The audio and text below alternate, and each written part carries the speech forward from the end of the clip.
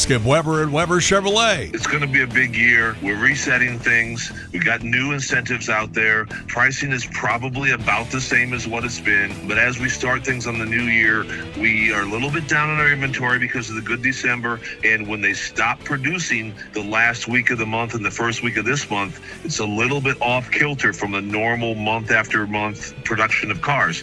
So we're a little bit down on our inventory, but our prices haven't changed at all because of it. You can always buy stuff and put your name on it coming in, but we have a lot of pre-owned vehicles. Trade-ins do that for us. Just check our website. I think you'll really, really like what you see because our prices are the best. And if you look at the reviews, we are by far the best reviewed Chevy dealer in a large radius. And that's based on reputation.com and dealerrater.com. So I just know we're the best place to buy. Granite City, Columbia, Illinois, 11270 and online at WeberChevrolet.com. The Weber Automotive Group. It is Sunday, February 22nd, 2026. How you doing, kids? It's JC. This is the Sunday Showgram. We used to get those free trips to Disney all the time. When you got a really, really big show, they have public relations firms and people who work for the Disney Corporation, and they pick out about 10 or 20 of the biggest morning shows across the country, and then they bring in guests, and they have some sort of, there's the 75th anniversary or something, or just some sort of anniversary, and so they have a big thing. They bring in all these celebrities and everything, and you come down there, and they put you up in a beautiful resort. They feed you. Everything is gratis. The studio, you don't even bring equipment. They have all that stuff there for you already. All you have to do is fly in, sit down, start doing a show. They got a couple of slightly, shall we say, overzealous PR people, young kids who are, under the impression that what they were told to do is now, we're assigning you to this morning show from St. Louis. And they're a little out there. So you need to keep them in line, and you need to keep them talking about Disney.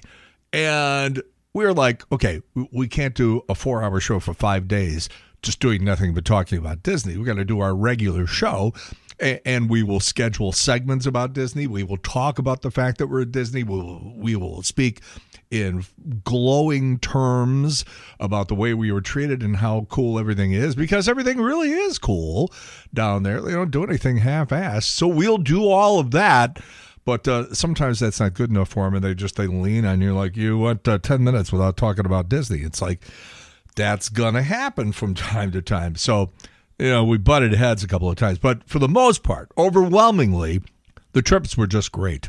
And then they would let you pick out from a menu of opportunities, like you could pick out, okay, you can go parasailing, or you can do this, or you can get massages, get a spa treatment, which all 4 of us did, by the way. And John, by the way, was really, really scared that somebody was going to see his wang because we were all in robes.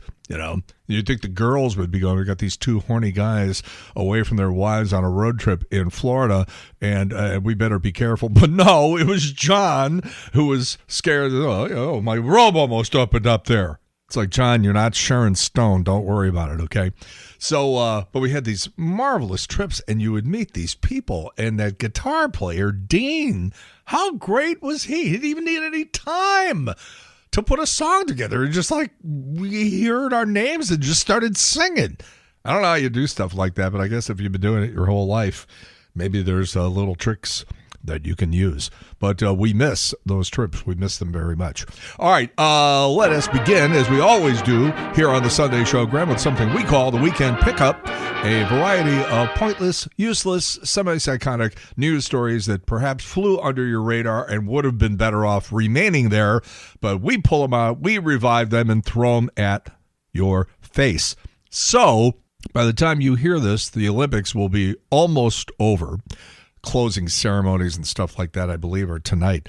I haven't watched anything but I watched a little bit of the Mikhail Shifrin thing with her, and then I watched the women's hockey team. And I'll get to that in just a minute here. But I don't know. It just seems like the Olympics have been so overly commercialized, and the announcers, Schlanger used to be the sports monster on our old show. He was calling some of the undercard events, I guess you would say, which is a great opportunity for him. Schlanger is, it's possible. It's possible that Schlanger could elevate himself over the course of the next, 10 or 20 years to be one of the main voices on the Olympics. It's entirely possible. And what a great opportunity for him. And he does a really good job. And he paid his dues, too. He really did, because in addition to having to put up with us for a couple of years on the morning show, he went out to L.A. and worked there for a while. And then he was doing, stuff for like Animal Planet. I remember he did something called the Dirt Dog Devil Race or something. And it was basically a dog race through an obstacle course.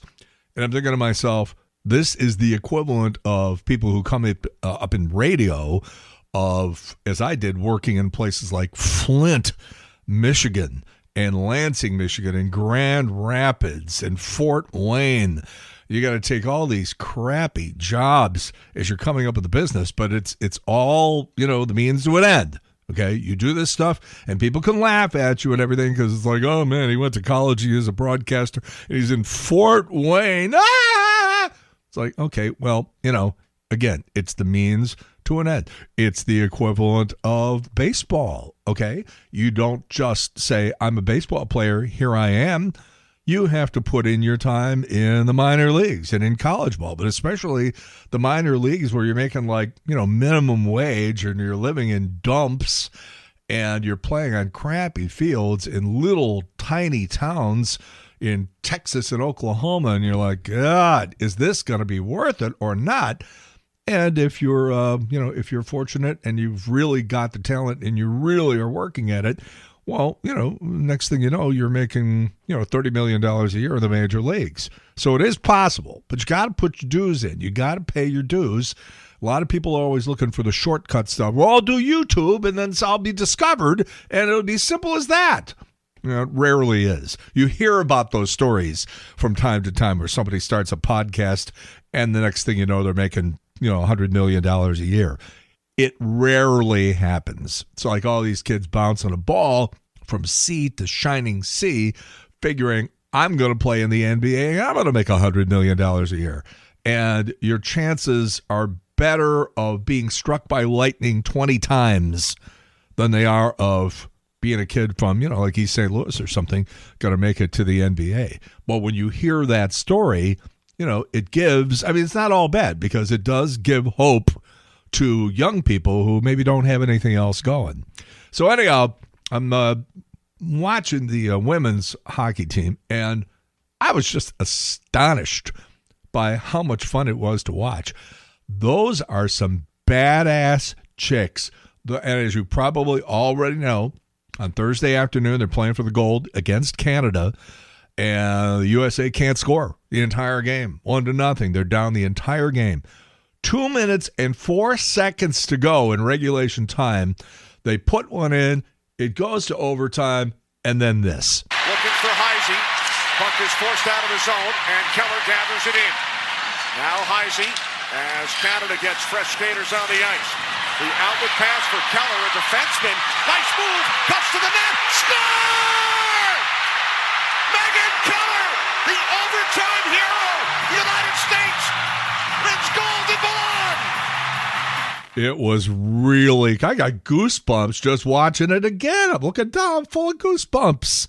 I just didn't think, I just didn't think it was going to be that fun to watch, but it was. So maybe I should be watching more. I don't know. But it's almost over now. So I think everybody had their favorite member of the Beatles. And for a lot of people, it was Paul McCartney. For a lot of people, it was John Lennon. Those are probably the two biggest. And then you had your Ringo fans. But I was a fan of George Harrison. I was fascinated by George. John and Paul were getting plenty of attention. And I would just watch George Harrison and think to myself, he just looks like he's always thinking about something. And I found that fascinating. Plus, he was the real musician. Paul McCartney was playing left-handed bass and singing, which is almost impossible to do. People who play bass will tell you, I don't know how you sing and play bass at the same time. I don't know how it's possible.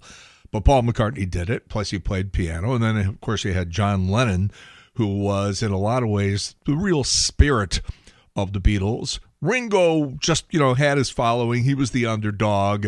And I will also say that cartoon, and it was a horrible cartoon back in the 60s, the Beatles cartoon, and they made Ringo look really, really stupid in that cartoon series. And I think that really damaged him along the way.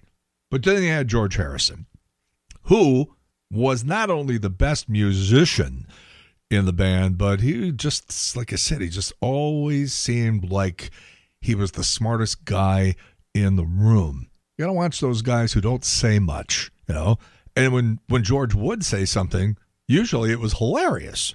He mortgaged his home in order to be able to finance one of the Monty Python movies. He had a very, very offbeat, sort of one of those senses of humor that flew under the radar all the time. This is the 25th anniversary of the passing of George Harrison coming up on Wednesday, and we're going to have some stuff from George Harrison coming up in the show here just a little bit later on. I just wanted to get a plug in for that. Oh, speaking of flashbacks, I got a pretty good idea what you were doing on Leap Day, February 29th, 1996. Starting on right wing, number 16, Brett Hull. Starting on left wing, number 9, Shane Corson. And starting at center for the Blues, number 99, Wayne Gretzky.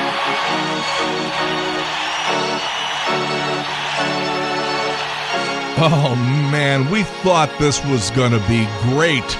And it was for about 2 hours. And then the other team started really, really laying into the great one. And he was getting rocked around pretty good. Just didn't turn out too particularly well, but it sure was exciting for a very, very short period of time. Today is the anniversary, back in 1998, of Mark Close's first trip to New York. You know how I know that?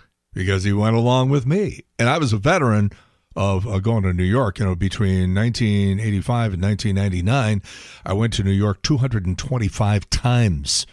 By the way, I went to L.A. during that same period about 175 times. So about 425 total trips. But New York, over 200 times. So I took Close around. He wanted to see, Rockefeller Center and just, all that sort of stuff, all that touristy stuff.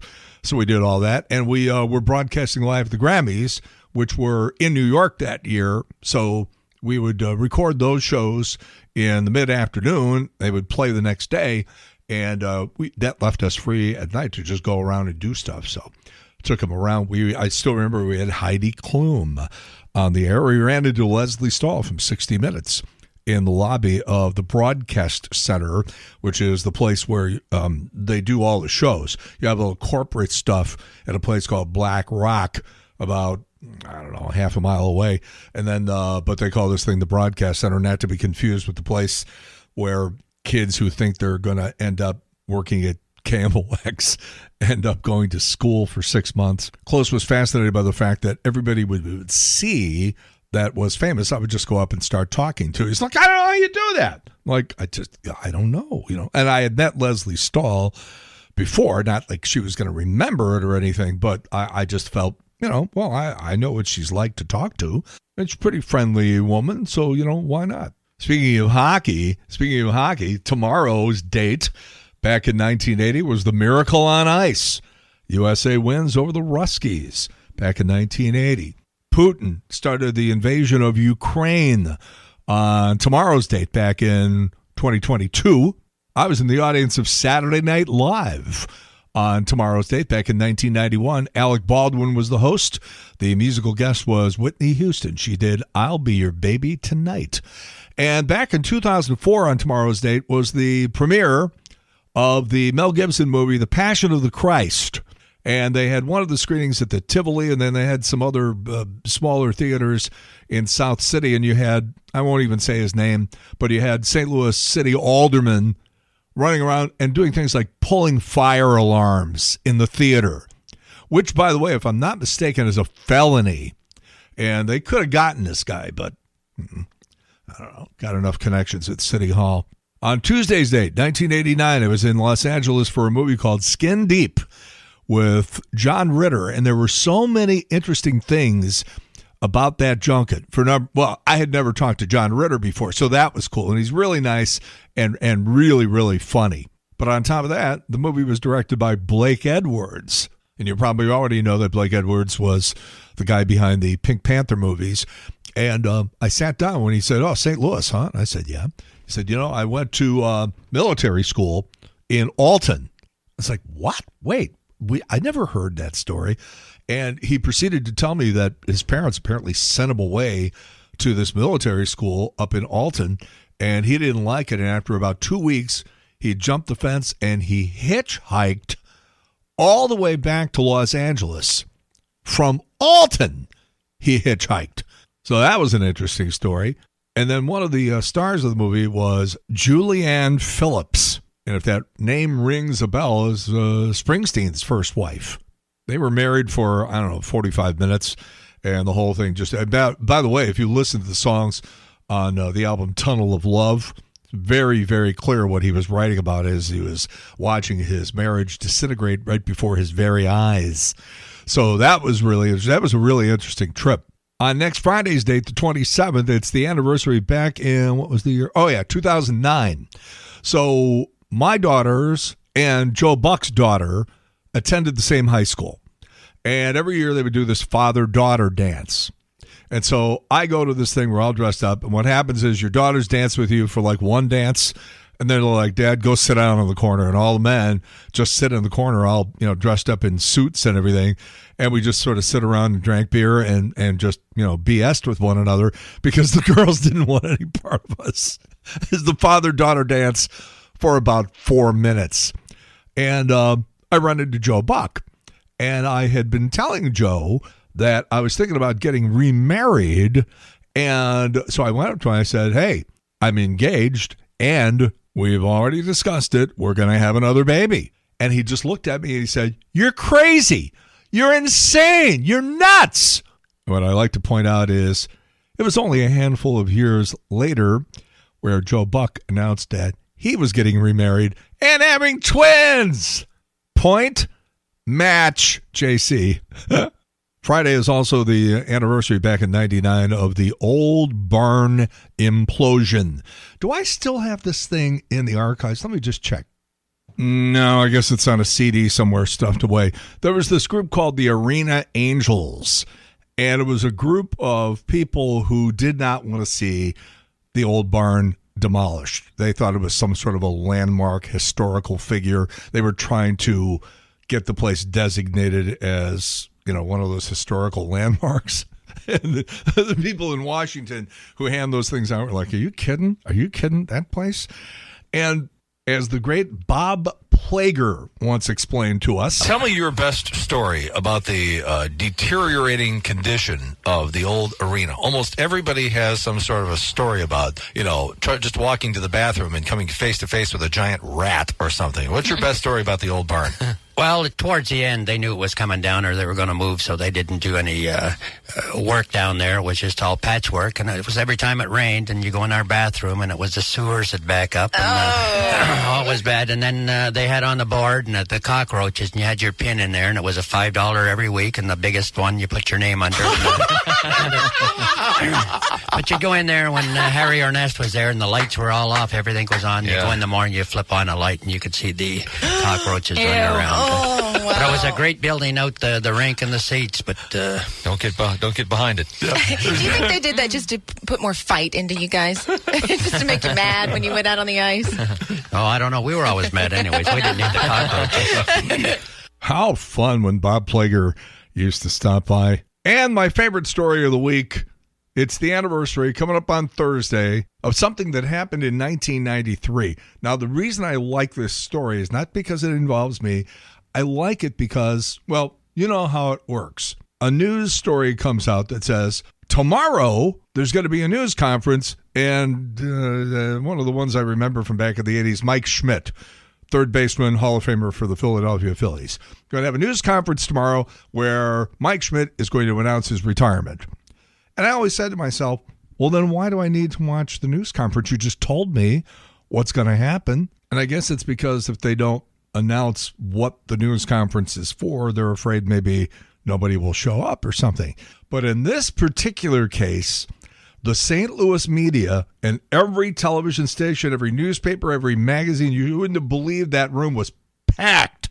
And I mean packed, because all KMOX's public relations department said was, we're having a news conference tomorrow at 1 o'clock. Well, what's it for? You'll find out tomorrow.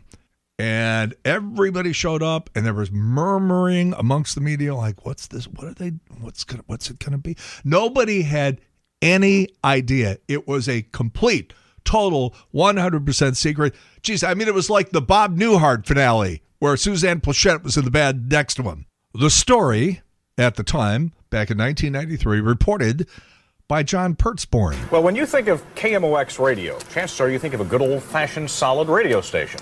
But KMOX is making a major change. John Pertzborn was there for the big announcement. You can almost feel the earth shake outside KMOX radio this morning. I'm here today to announce that J.C. Corcoran will join KMOX. Well, there goes the neighborhood. And there's little time to put your house up for sale. He hits the air March 15th, afternoon drive time. J.C. Corcoran is one of the most controversial announcers to ever hit St. Louis airwaves. And like a cat with 9 lives, he skipped from station to station, first at KSHE and later KSD. And today, he was his usual modest self. It's funny because when I look back at my career in St. Louis radio, I see a show that consistently commanded one of the largest audiences in history, that followed me from one station to another. And those listeners know that KMOX radio personalities, both living and dead, were often the butt of his jokes. I think some of the older, more conservative listeners to KMOX will think about this. Do you know, I don't know. Did you hear who they hired today? Absolutely not. J.C. Corcoran. You kidding me? I think he's abrasive and kind of crude. But at least he gets you thinking, helps you form your own opinions. As much as he's badmouth KMOX, I can't see that happening. But money talks. Lately, ratings have fallen at KMOX, and this is an attempt to attract a new audience. This is probably a question for Mr. Zimmerman, but is this the end of KMOX as St. Louisans have known it in the past? No, I don't believe so. I think it's a natural evolution. And what it evolves into is anyone's guess. I'm John Pertzborn, News Channel 5. Should be interesting. The radio station may never be the same. That's all our time. We'll see you tonight at 10. Have a good weekend.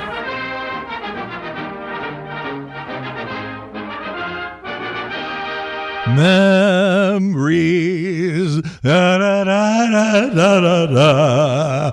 That's it, the weekend pickup. That's how we start the Sunday Showgram every week here on the Sunday Showgram on 101.9, 94.1, and the NewsTalkSTL app. I mentioned that on Tuesday's date back in 1991, I was in the crowd at Saturday Night Live. Well, the story went a hell of a lot deeper than that, and I mean a hell of a lot deeper. We'll talk about that coming up next. Over 4 decades of real stories from the backstage world. It's JC's Sunday Showgram on NewsTalkSTL. In the past, I've tried to explain that if you want to be successful in pretty much anything that has to do with motivating large groups of people, if you're in media, public relations, stuff like that, or this would probably spill over into a lot of other areas, but I know that it applies in this, and it's the only thing I know anything about. I've always tried to explain to people that it really, really helps if you get out and just go to as many things as you can, as many things as possible. I started doing that in college, things that I wasn't even that necessarily interested in, but there's going to be some sort of a forum, or a celebrity speaker was going to come in, or something like that, and I would just go. And I figured if I don't like it, I can always walk back to the dorm. It's only 10 minutes. It's not like there's going to be a spotlight hitting me or anything because I'm leaving early. So I just tried to absorb as much stuff as I could. And I think it's just part of a liberal education.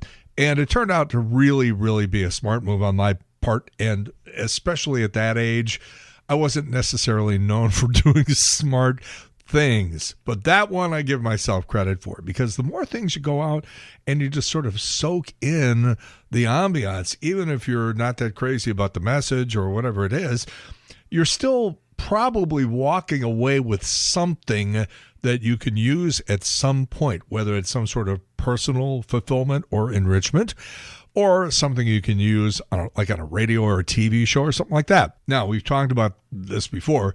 It's almost impossible to get into Saturday Night Live. You pretty much have to know somebody. And in this particular case, because we're going back to February 24th, 1991, 35 years ago this Tuesday. And here's the scenario. My wife at the time had a friend who was an intern at NBC, had worked his way sort of up the ranks, and was the personal assistant to Tom Brokaw, who was the anchor of the NBC Evening News for so many years.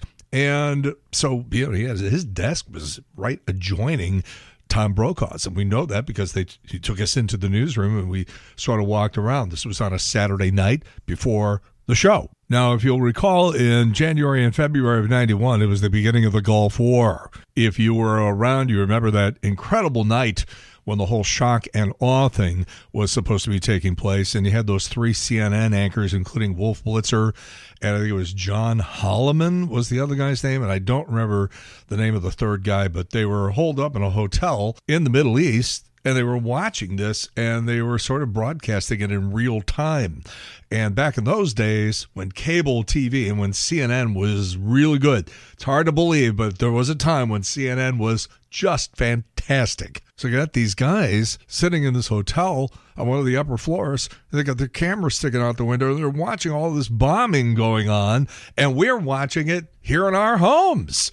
You might remember that St. Louis broadcaster Charles Jaco was sent there, and he was doing all of those reports from Riyadh and everything like that. They'd wake him up in the middle of the night, and he would be fumbling around trying to get his gas mask on because, we didn't know anything. We didn't know if the chemical weapons were even real or if they were going to be used or if they were going to be used on a mass basis so that a guy who was sitting in Riyadh might have to worry about whether or not he was going to get gassed. And you definitely want to err on the side of safety. But the whole thing about the beginning of that war was that, American troops were not involved on the ground. That was the fear of everyone. Go ahead and fly around and drop bombs all over the place and do the shock and awe thing.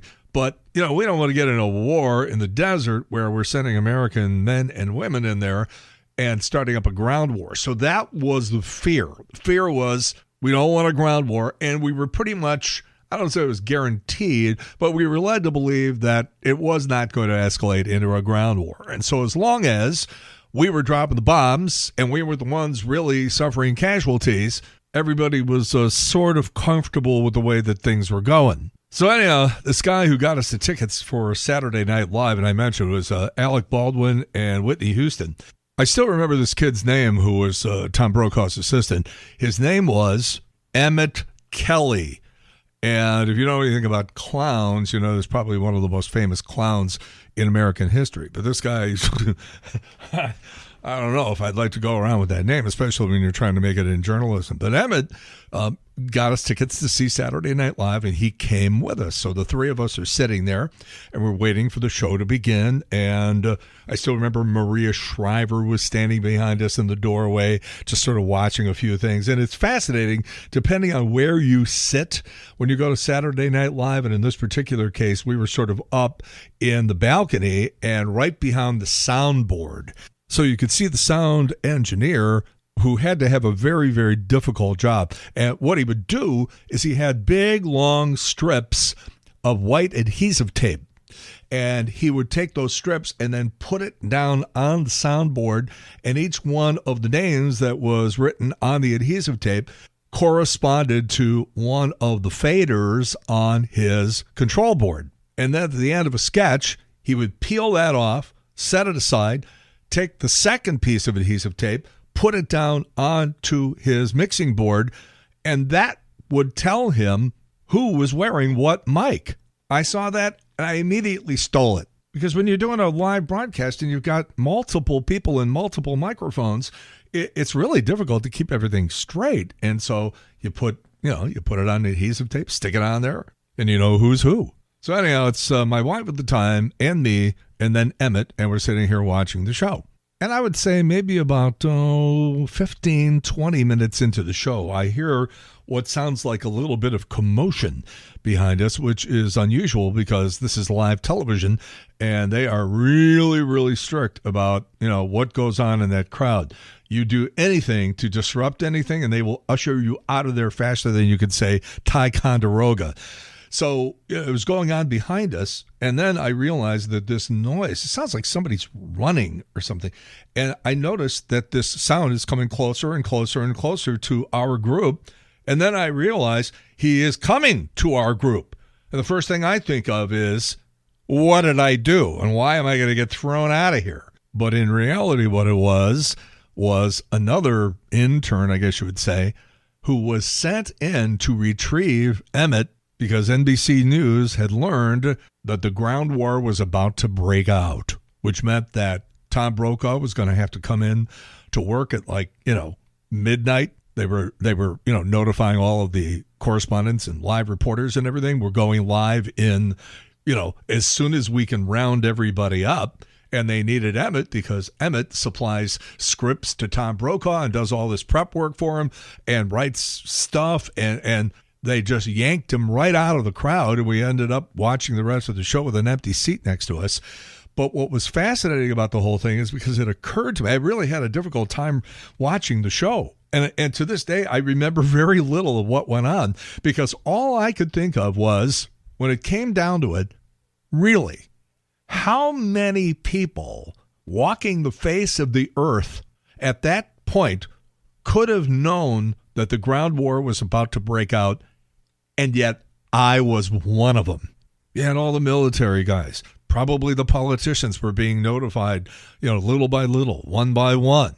It's a Saturday night. It's late. They probably couldn't even contact a lot of people. It was 1991. Even cell phones back then were not necessarily that reliable. I mean, remember when you'd walk into a building or something like that, your cell phone wouldn't work because there just weren't enough towers. And I still remember we were talking about this a couple of shows ago about the fact that you'd go out of town and you'd have to call the phone company and tell them, I'm going to be in Chicago this weekend, so make sure my cell phone works. You'd have to tell them ahead of time.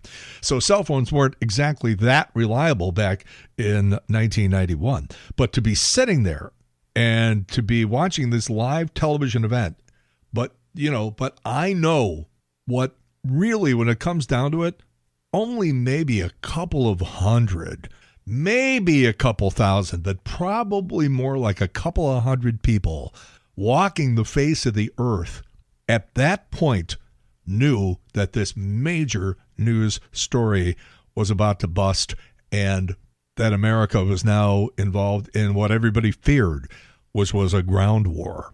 I do remember the Whitney Houston saying, "I'll be your baby tonight." And beyond that, I don't remember much else. I'm serious. I was shaking like a leaf that night. Like I said, go to everything because you never know what's going to happen. Radio? Who needs a radio? Like what you're hearing? Don't forget JC's Wayback Machine every Saturday night from 6 until 9 on 101.9 and 94.1 News Talk STL and the free News Talk STL app.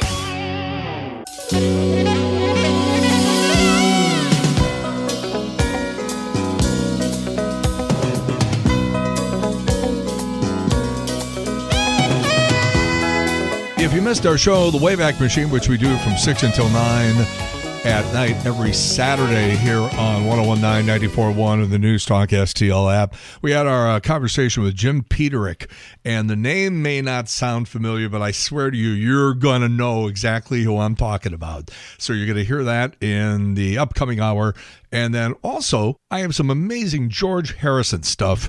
I'm a big, big fan of George Harrison. We're coming up on the anniversary of his passing on Wednesday. So that's something we'll look forward to coming up next hour. When I was a kid growing up on the south side of Chicago, we had Channel 2 WBBM TV. It was the CBS television affiliate, and it was great because I got a chance to see Brent Musburger. He was the local sports guy. When he showed up in the NFL today, it's like, wait a minute, he's on the network now. But he was our local sports guy.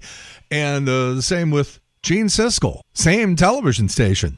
And I'm not talking about Siskel and Ebert at the movies. I'm just talking about Gene Siskel would come on, much the way I did for all those years on Channel 5 and Channel 4, where you just come on because you had a celebrity interview or you're going to do a movie review or whatever.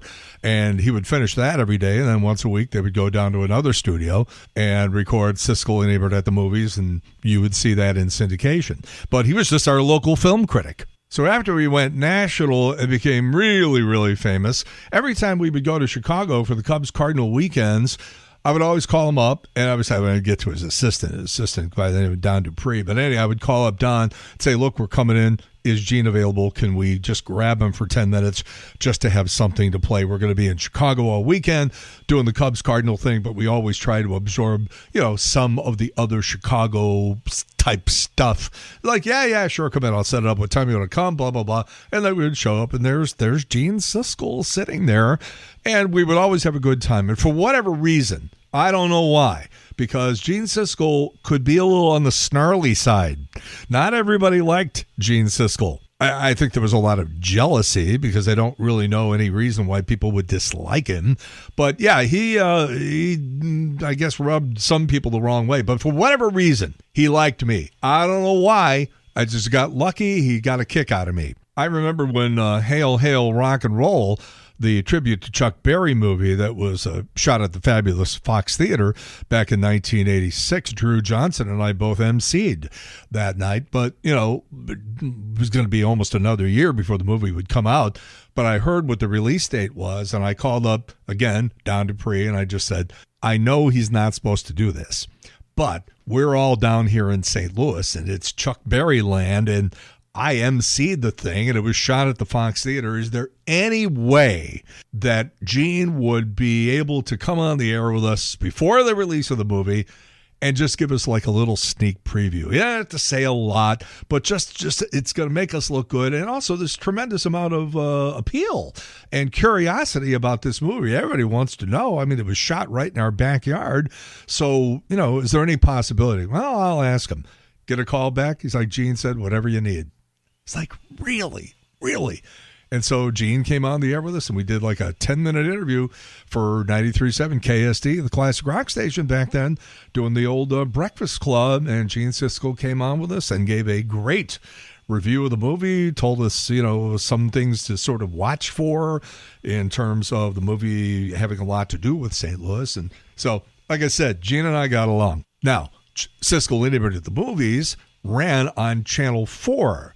When I was at Channel 4, every weekend there it would be. And so because we were the affiliate in St. Louis, every couple of years we would get a call and say, hey, either Gene or Roger is they're going to make themselves available for a satellite interview to talk about some special that they're doing, whatever the case may be. Are you interested? Of course, my answer was always yes. Well, I do a column where people send me questions and I try to answer them. And they're not just like, what was John Wayne's birthday, but these aren't like multiplication things or two trains leave Los Angeles, one's going 70 miles an hour. A, B, and C both have their buckets. But, I got a question. The answer man just got a question last week that I'm going to ask you. All right. See what your theory is. Do you remember in Silence of the Lambs? Yes.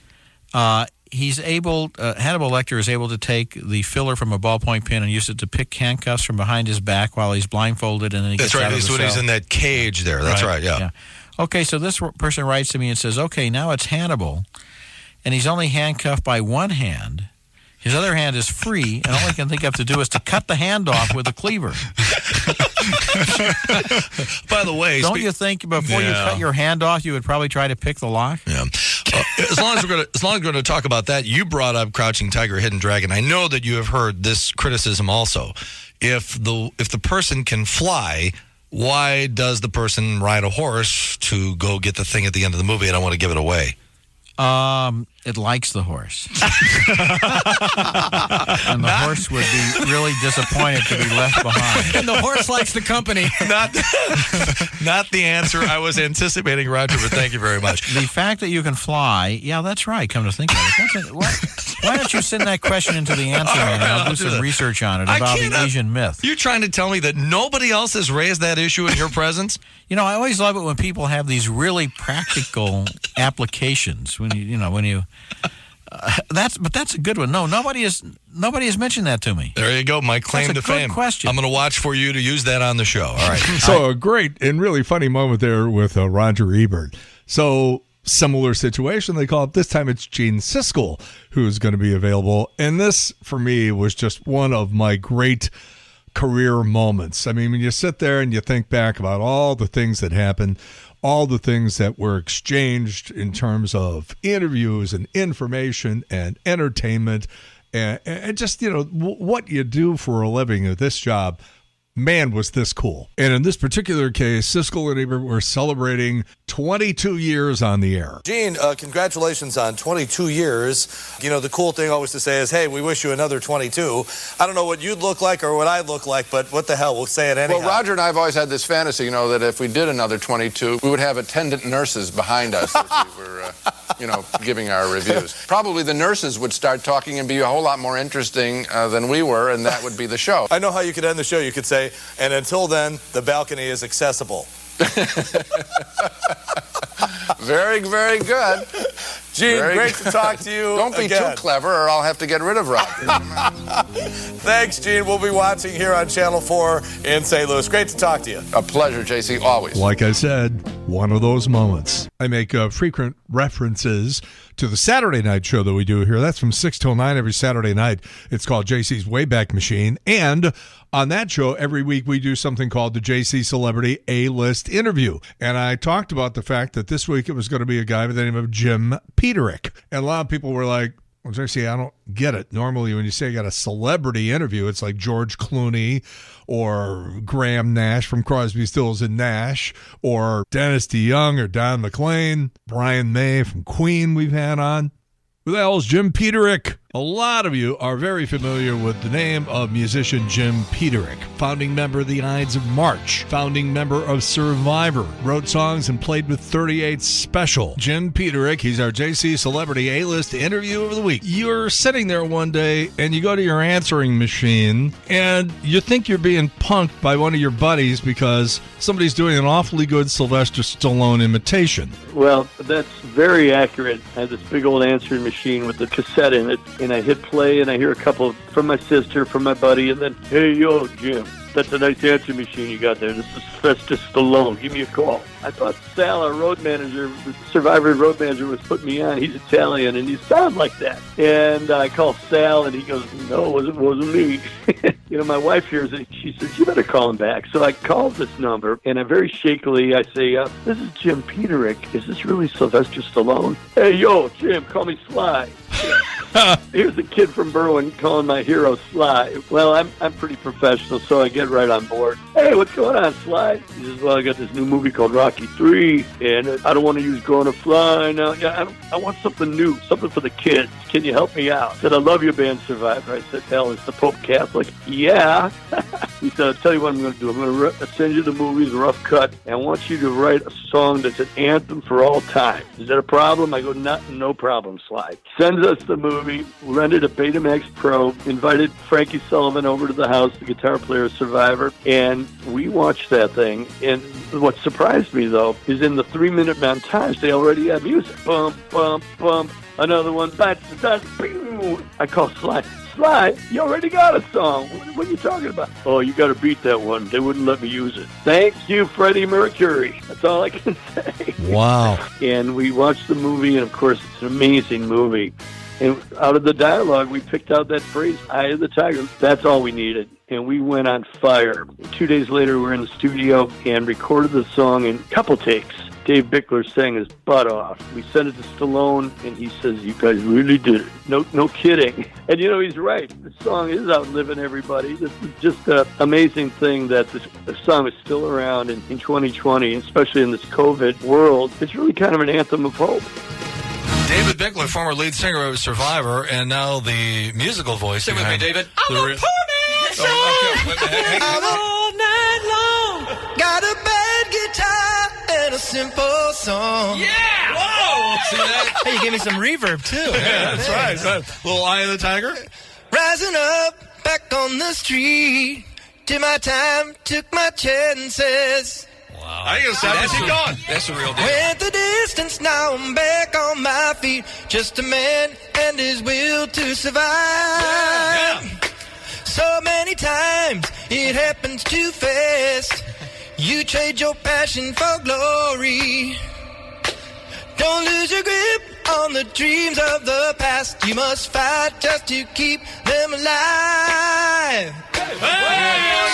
No warm-up. 9 o'clock in the morning. We got a band. It's not fair. Not bad is right. Another one of those great moments in broadcasting in St. Louis radio history. Man, that was fun. All right, time to shift gears. I was a huge fan of George Harrison, and we're coming up on the 25th anniversary of his passing. That's going to be on Wednesday. He was only 58 years old. Don't smoke, kids. Don't smoke. Isn't it weird, by the way? You see these 95-year-old ladies who have been smoking non-filtered cigarettes since they were 11, and they're still kicking, and yet somebody goes out at 58 smoking the same amount of cigarettes. It just, certain people are just apparently susceptible to different things. George Harrison was my favorite Beatle.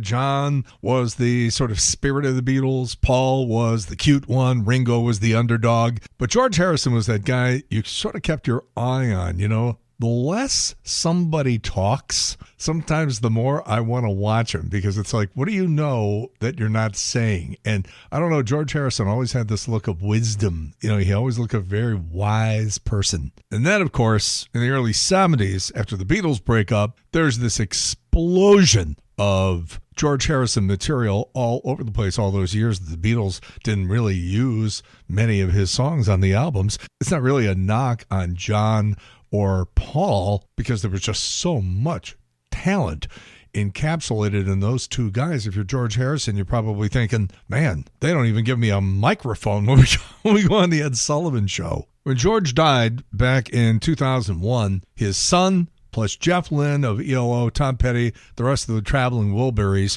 got together, and they knew that George was in the process of recording a new album, a new solo album. And so somebody had the idea to go in and say, all right, well, let's see what he's laid down here, and let's see if we can finish it. Can we finish this album? Did he leave us enough stuff so that we can remix it, maybe add some musical instrumentation, maybe some background vocals, something? I don't know. But you'll hear Danny, or Donnie, as some people want to pronounce Dhani, and Tom Petty's on here, and a lot of Jeff Lynne. And this was a promotional thing that was sent to radio stations back when the album was released, and it was what they used to call an EPK, an electronic press kit. And I was so impressed with it, I stole it.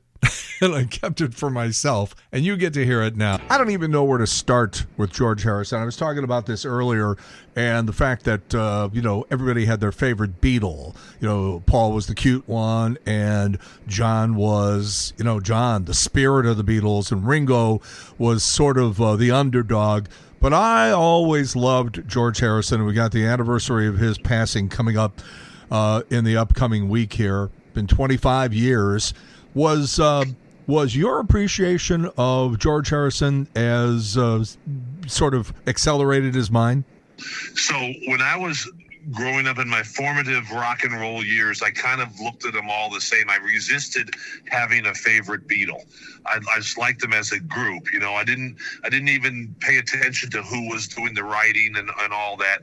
And the more I learned about them, and the more I started digging into the history of music and the history of these groups, the more I realized that by far George Harrison was my favorite Beatle.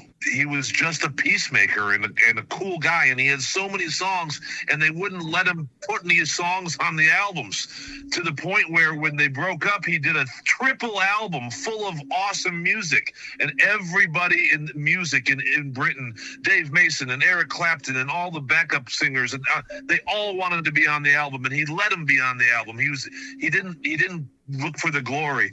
And I look at it, and I look at the post-Beatles success and what they all did, and I know Paul McCartney and the Wings was pretty cool. There's some good stuff there, and John Lennon put out a couple really good albums, and Imagine and Double Fantasy and all that.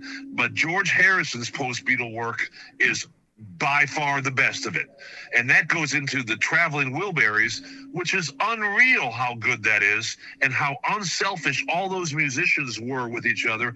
All they wanted to do was jam. Harrison was so underrated and definitely my favorite Beatle. I have a little soundbite from Tom Petty, who was talking about he went over to George Harrison's house, and George Harrison was just walking around the garden playing a ukulele.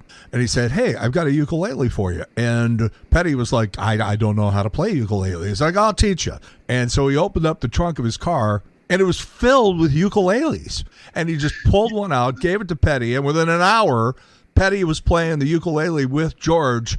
And it was just one of those things, the amount of joy that George Harrison seemed to get out of performing, just playing music. He didn't care about the stardom or any of that stuff. Just the joy that he got from making music is, as far as I'm concerned, a real lesson for everybody coming up in the music business. Absolutely. And the joy he got, like right there. I mean, his biography is great to read. For some reason, he loved the ukulele. If he could have been playing only the ukulele, he could have done that. So he loved it.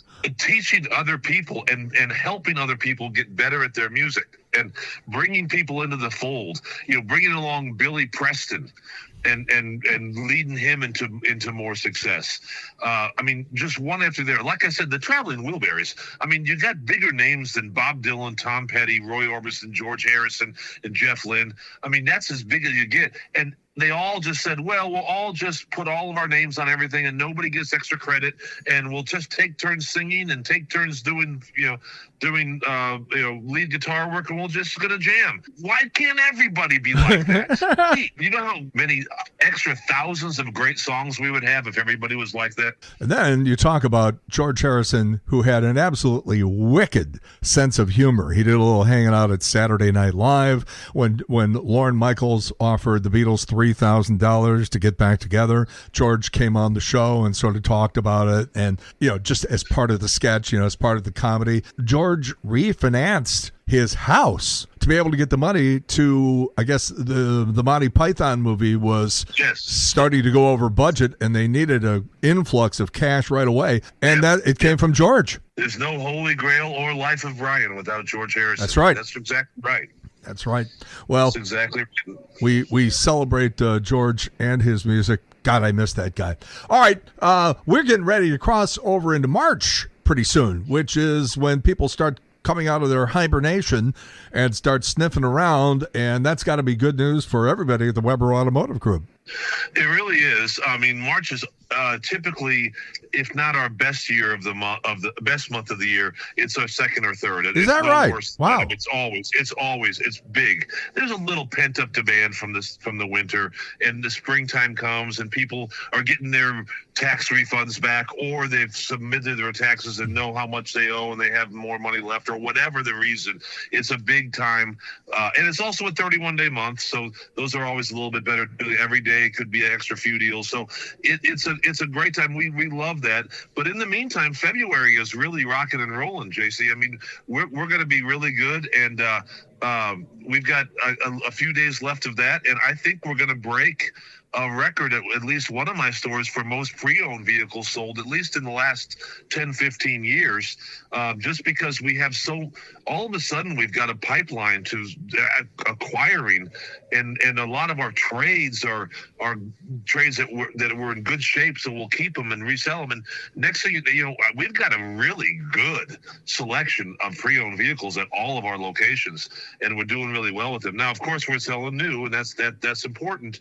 Some people just say, well, I don't really like too many of the Chevys. Hey, if you like anything else, we got pre-owned everything. So it's a good way to save a little money or get an extra car or whatever you want to do. All right, Granite City, Columbia, Illinois, Olive 270, and online at WeberChevrolet.com. Ford dealership in Metro East as well. The Weber Automotive Group. Skip, have a great week. We'll talk to you in a couple of days. Thanks. Thanks, JC. Last hour, I mentioned that I had not watched really any of the Olympics, and just in the last, 36 hours, I found a couple of things that have been really entertaining me, and now I'm starting to really enjoy it. I think it's because it starts coming down to gold medal stuff here, and everything counts and everything matters, and the stories that maybe began 10 days ago are just wrapping up now, so it's a little more exciting. The Olympic Village, by the way, ran out of condoms due to, quote, higher than anticipated demand, end quote. Organizers only ordered 10,000 condoms. They're ordering more. Just for the record, there's 3,000 athletes. There is a joke in there somewhere, but I sort of like doing this job, so hell if I'm gonna say it out loud. Bad Bunny. I was thinking about it this afternoon. Nobody's talking about Bad Bunny anymore. Super Bowl's over and no more discussion of Bad Bunny. Well, interest in traveling to Puerto Rico since Bad Bunny on the Super Bowl has increased by 245%. I'd call that success. Jimmy Fallon's line of pasta sauces are not going to be launching after all. Turns out his partner in the venture, music mogul Tommy Mottola, is in the Epstein files. So Jimmy bowed out. Mottola was once married to Mariah Carey. You probably remember that. Do we need another Charlie's Angels reboot? Yeah, we're getting one anyhow. This thing with Obama last week really rattled everybody's cage. He's being interviewed on some podcast, and the guy says, are there aliens? And Obama goes, yeah. And then the interviewer says, when you became president, your first day in the Oval Office, what was the first question you had? He said, where are the aliens? Well, it turns out, Obama's got a little sense of humor, and he was probably just screwing around a little bit. But when you see this stuff in print, you don't get that translation of things, and he had to backpedal on all that stuff. You do wonder if any of the presidents actually do have the answer to that question about aliens. My guess is no, because you got to believe that Trump would have spilled it. I went to college, in a middle of a cornfield. Matter of fact, my dormitory was right on the edge of a cornfield. DeKalb, Illinois. I did have a DeKalb corn hat for a little while. I don't know why I thought that was cool, but I did for about 15 minutes. There was one young gal, one of my classmates, by the name of Alice McCaslin. Odd that I would remember her name after all these years. But Alice was born and raised on a farm. And then the girl, actually, I lost my virginity to, came from a farm as well. And as a matter of fact, as I'm thinking about it now, a couple of my early girlfriends in college were either from the farm or pretty close to it. They always used to talk about breathing that fresh country air. But then I would go out there on the farm, and all I ever smelled was poop, fertilizer and animals. But they swore by that rich, clean country air, Well, researchers have found that children on farms have a lower risk of allergies and asthma than any children in the same rural areas. It's a phenomenon that's been called the farm effect. So there. St. Louis, obviously a big town for Italian food. Be careful what you're buying when it comes to Parmesan cheese, because it was 10 years ago this week we found out that some Parmesan is actually loaded with wood pulp. That's what you get from buying your Italian food from the dollar store. A man arrested last week for allegedly tossing a live alligator through the drive-through window of a Wendy's restaurant in Florida, which might be the most Florida story I've ever read. We were talking about this a couple of weeks ago, too. I like these stories where you see a movie like Back to the Future, and you just can't imagine anybody other than the people that were cast to be in the movie as ever being considered for the movie. Like, who else could play Michael J. Fox's character the way he did? Well, Eric Stoltz couldn't, because he was the guy that got the job, and after 2 weeks of shooting, Bob Zemeckis, who I went to school with, said, this ain't working. Get me somebody else. And along came Michael J. Fox. Jason Alexander says other people who were up for the part of George Costanza on Seinfeld included Chris Rock, Danny DeVito, Paul Schaefer, and Steve Buscemi. And a woman claims she suffered life-altering injuries at a Donny Osmond concert in Las Vegas when she was hit by an inflatable ball. She's suing for $15,000. Look, you go to a Donny Osmond concert, and you pretty much deserve anything that happens to you. Springsteen, meanwhile, launching a U.S. tour on March 31st in Minneapolis. Santana and the Doobie Brothers also teaming up for a co-headlining tour that will make a stop in St. Louis. This is in that category of Am I Normal? According to a new report, the average American driver underestimates the annual cost of a vehicle ownership by about $4,500 a year. That's a lot. That's even after you consider the loan and the lease payments. Younger drivers pay even more, about $10,000 a year to operate a car. Gas, insurance, maintenance, tires, auto parts. But they also threw in tolls, parking, car washes, tickets, and citations, which I don't think is fair. And at some point, you have to park your car. There are roughly 2 billion parking spots across America. That's 7 spaces for every car. That covers an area about the size of West Virginia.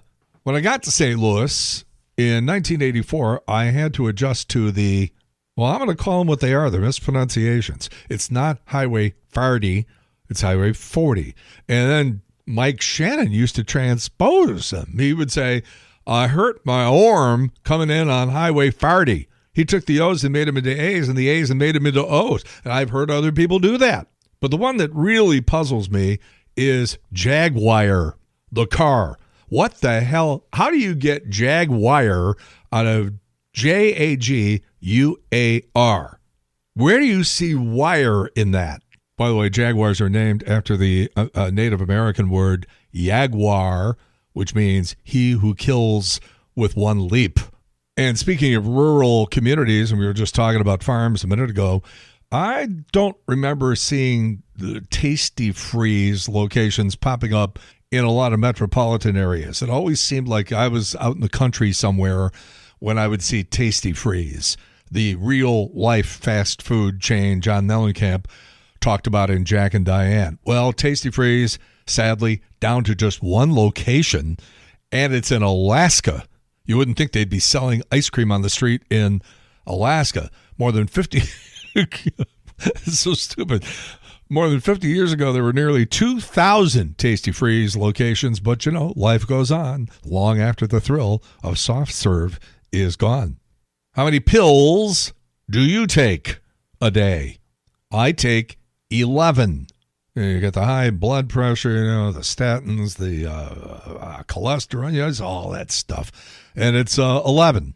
And they just added one, by the way. And then I just added a giant horse pill that is a multivitamin. So I put all those things in the palm of my hand. I throw them in my mouth, all 11 of them, including 3 that are huge. And I take a swig of something and I down them all at the same time. This, by the way, from a person who, when I was young, you know, like 10 years old and had to take one pill, I couldn't do it. And I would sit there and cry, and my mother would scream at me, and she would call my father, and then my father would scream at me all over the phone from work, and I just could not swallow a pill. And I think it's just one of those things where, I don't know, maybe it's the reason why I have a lot of electronic equipment and like being around it, because when I was a kid, we didn't have anything. We didn't even have a stereo. We didn't get a color TV until I was in college, and you get a stereo until I was in college. Came home for spring break or something, and all of a sudden there's a stereo. Like, wow. Yeah, but I mean, I think that if you are deprived of something when you're in your childhood, you want to make up for that as you become an adult. All right, let's do some birthdays here. You know, when everybody was talking about the Olsen twins, those two scrawny little girls, everybody was waiting for them to turn 18, and then when they did, there were a lot of perverts, who were just talking, all right, now you can go get him.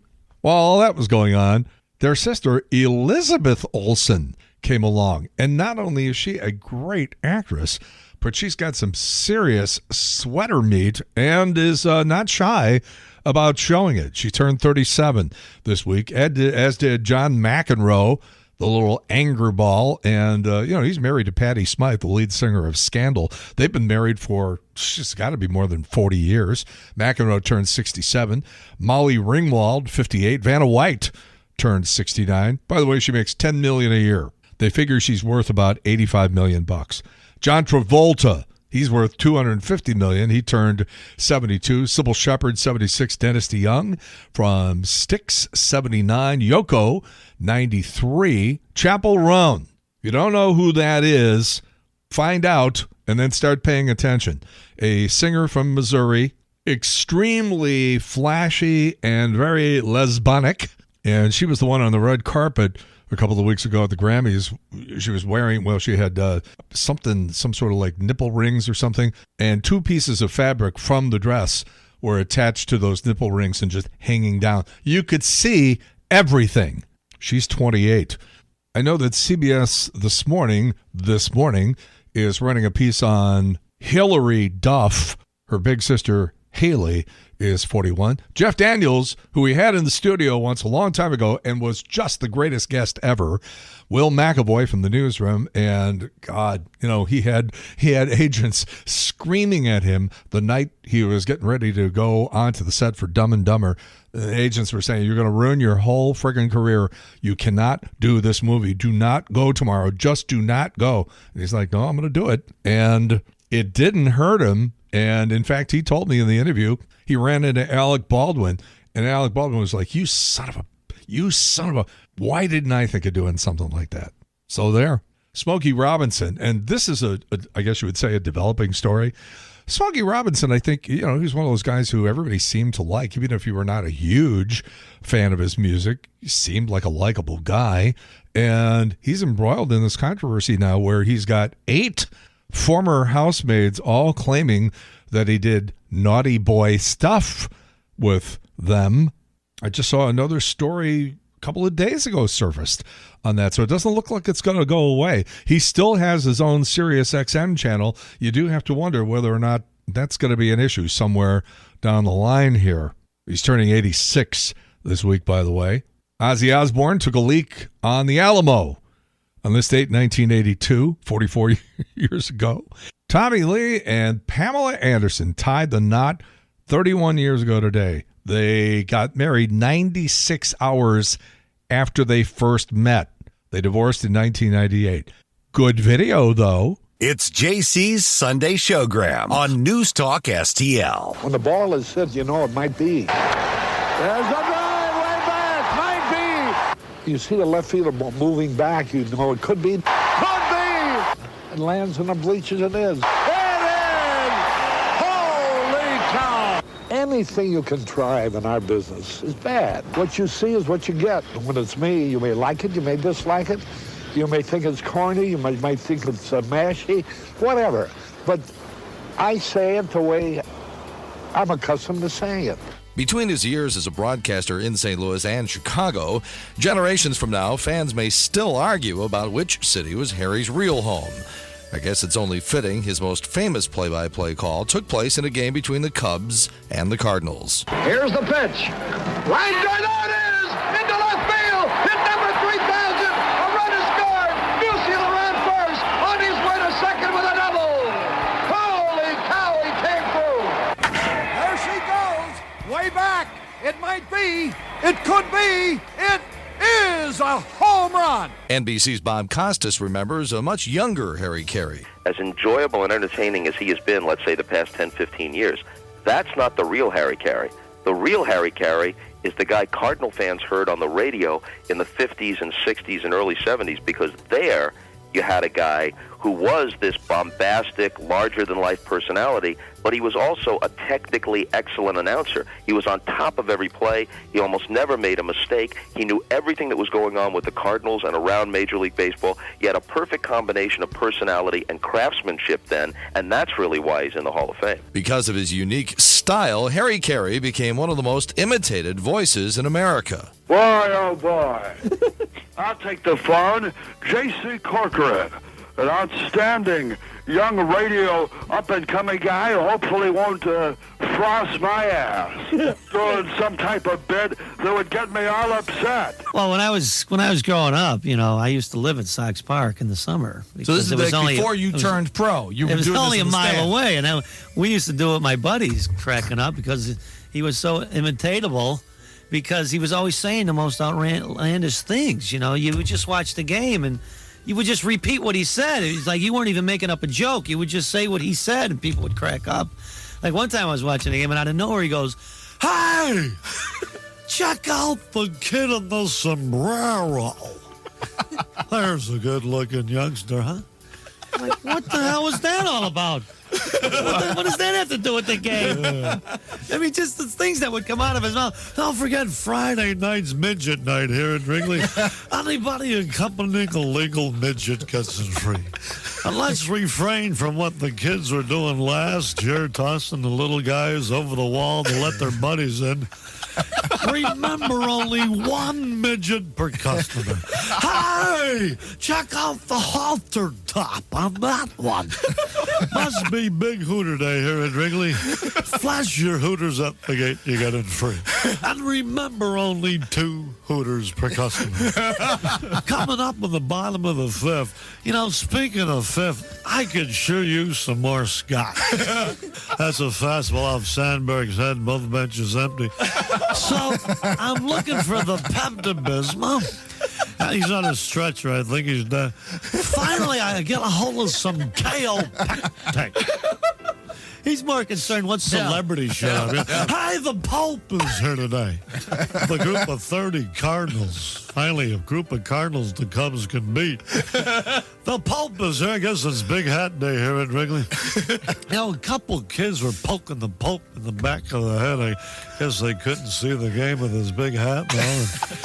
He just reeled around to give the one kid an elbow to the forehead, and I don't blame the guy. I mean, here's a guy. There's a throw to first. Here's a guy who's worked his whole life to get to where he is. They give him a hat. Let him wear the hat. Hey, Snoop Doggy Dogg is in the house.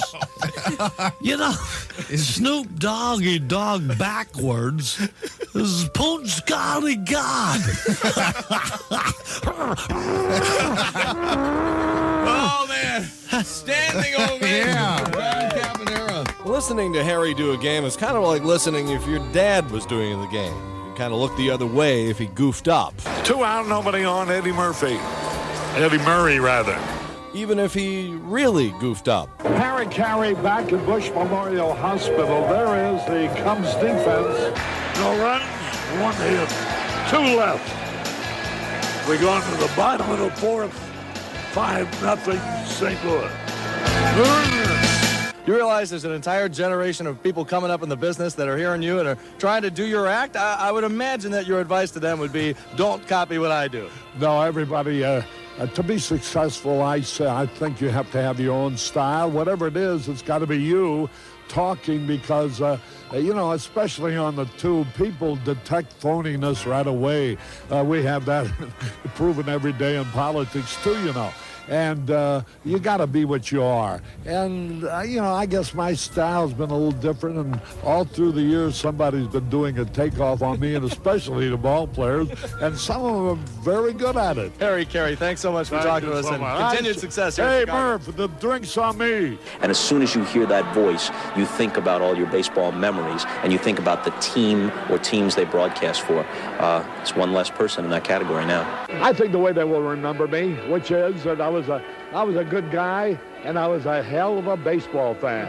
And that's what I am. I think that's why people like me. I've often said this. If you put a microphone around the throat of one of these fans, whether it be in the bleachers in a reserve seat, his voice pattern would be exactly the same as mine. He'd be ecstatic when something good happens for one of his ball players. He'd be depressed when something bad happened. He'd be critical, or he'd be approving. He couldn't hide his feeling. And if that's what makes a baseball fan, that's what I am, and that's what I'm happy about, because being a baseball fan means something to me. It gives me a reason to want to live tomorrow as well as I live today. He was the face of baseball and the king of Wrigleyville. From his perch at Wrigley Field, Harry Carey was the Cubs' shining light. Tonight, the Field of Dreams is silent, and the light has burned out. And tonight, just outside the ticket office, fans have set up a sidewalk vigil, a sidewalk memorial where they are dropping off flowers and even some of them lighting candles. Harry Carey toasted the Cubs' successes, but he agonized over their losses. For 16 seasons, he was the Cubs' goodwill ambassador, and tonight there is no joy in Wrigleyville. STL.